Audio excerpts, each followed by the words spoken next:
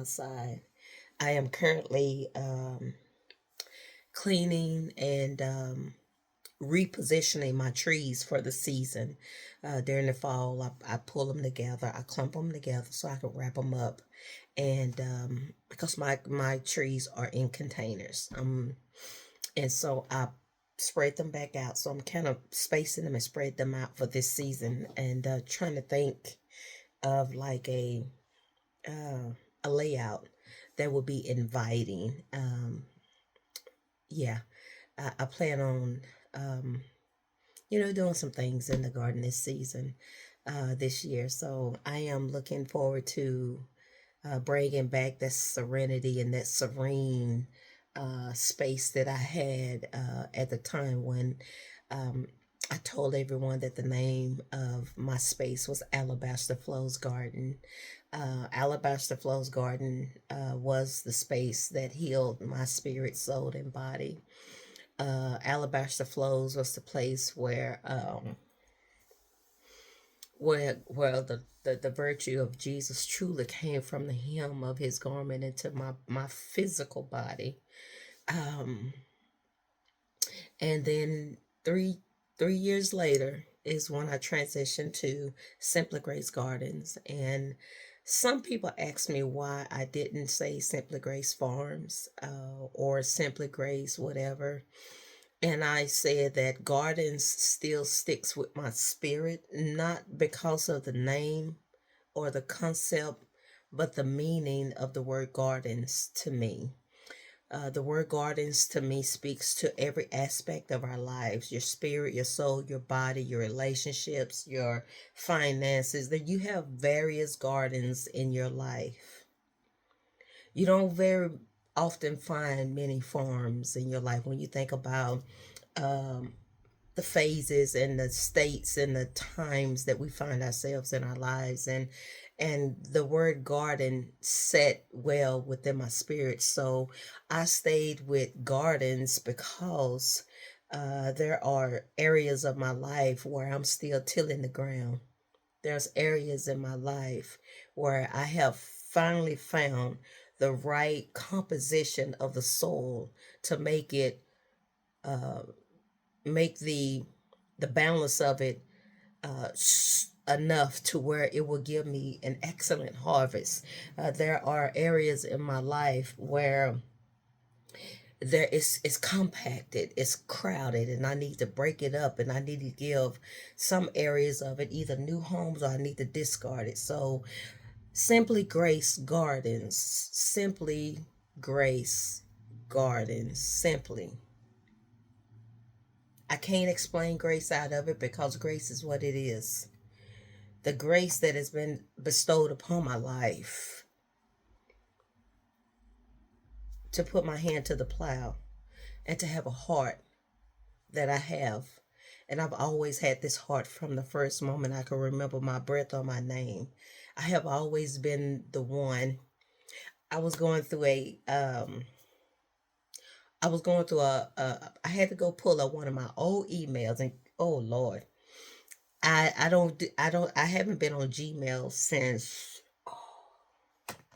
2017-ish, somewhere up in there. But I had a very important email that got sent to that email, and I needed to go retrieve it. So I had to pull up an old email that I had from way back in 2015, 16, somewhere up in there. And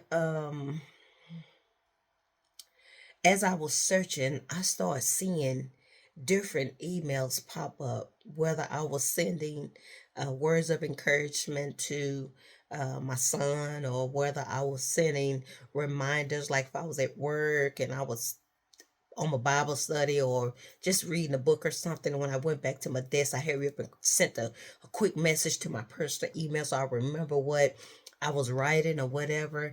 And I came across this email that my mother sent me. And my mother told me, she said, you know, your name means planter. I said, no, I didn't. And she said, you know, they suggest um, We don't know for sure because the woman was unnamed. What the name? Her name was never confirmed in the Bible. But the woman that touched the hem of Jesus, her name was Veronica. And I said, no, I didn't know that. And and she said, you have always went out and brought home something that would help the family, even when you was little. And then my mother said, and I'm sorry to have put that burden. Whew, to have put that burden on you so young. And then she shared one situation where I think I was probably maybe 6 or 7, and I had got in trouble for stealing from a store. And the little store, the place where I got the stuff from, he actually let me take it, but he went and told my mom that I had stole some things. And what I had stole was something so that me and my sisters and my mom could have something to eat. I think there was a bag of rice, some maybe some weenies or something. But anyway, it was just so that my mom could make a meal or we could eat. And she was like, and I had got in trouble for it. And she said, I had talked to the gentleman, and I think I went in there a couple more times after then. I would never take more than what was needed. Although you, even when you get older and you think about it, like you could justify it, but right is right and wrong is wrong.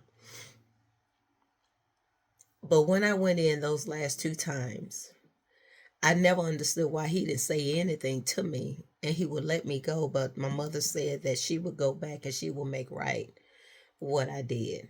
And the last time that I had got something, you could see it poking out.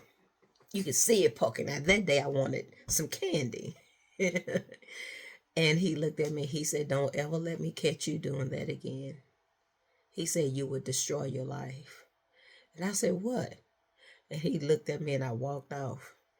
And I don't think I ever really stole anything again. But theft comes in different phases, and it looks different when you're grown. You go to work and you come home with that ink pen that doesn't belong to you. Lord forgive me. So but my mother wrote that. I'm looking at it now. And so I forwarded that email to me because it just, I don't have those conversations with my mom anymore. And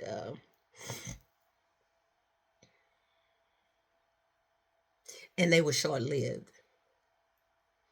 So to see this letter from my mom is truly a blessing.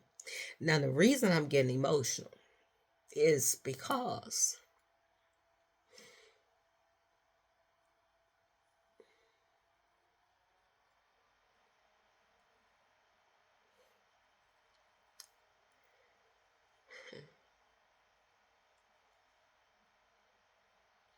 to hear someone say they believe in your ability, for someone to speak highly of your character,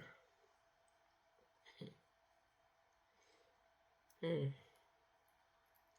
in a world where it's so much competition, in a world where there's so much comparison, um, like wow. So I'm finna get back, and I gotta get on here, and I am getting ready to. I gotta do some homework, and I gotta work on my business plan, and I gotta work on my financial plan, and I got some work that I gotta get finished. You gotta always finish what you start. So look like it's cloudy. I may not finish this because I really got to get outside and get busy. But we always leave the admin undone, so I at least got to get part of this finished, right? But you all have a blessed and amazing day. Make today great. Make today great. Make today great. So